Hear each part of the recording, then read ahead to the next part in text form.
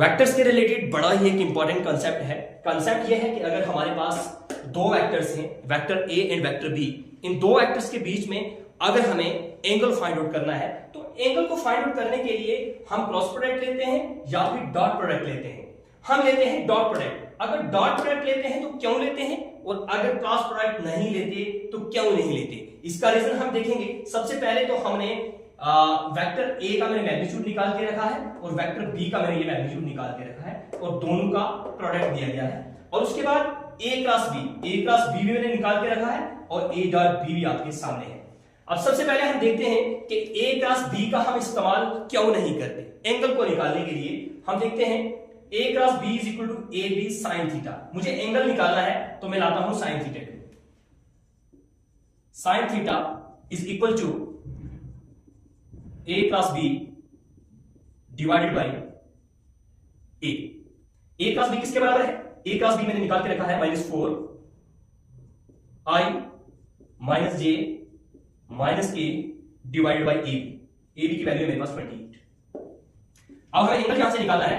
Theta is equal to sine inverse -4 I minus J minus K divided by 28।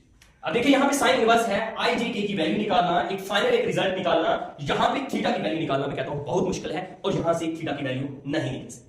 अब हम देखते हैं दूसरे नंबर पे क्या हम ए डॉट बी का इस्तेमाल करते हैं। तो यहां पे हमारे पास क्या है, cos theta. Here cos theta is equal to A dot B divided by A. A dot B divided by A. A dot B में हमारे पास वैल्यू है A dot B is equal to 14 A B मेरे पास है 28 that is equal to 1/2। cos theta is equal to 1/2। अगर cos theta 1/2 के बराबर है, इसका मतलब ये हुआ कि थीटा मेरा जो है वो 60 डिग्री के बराबर है, बिकॉज हम जानते हैं कि cos 60 degree is equal to 1/2।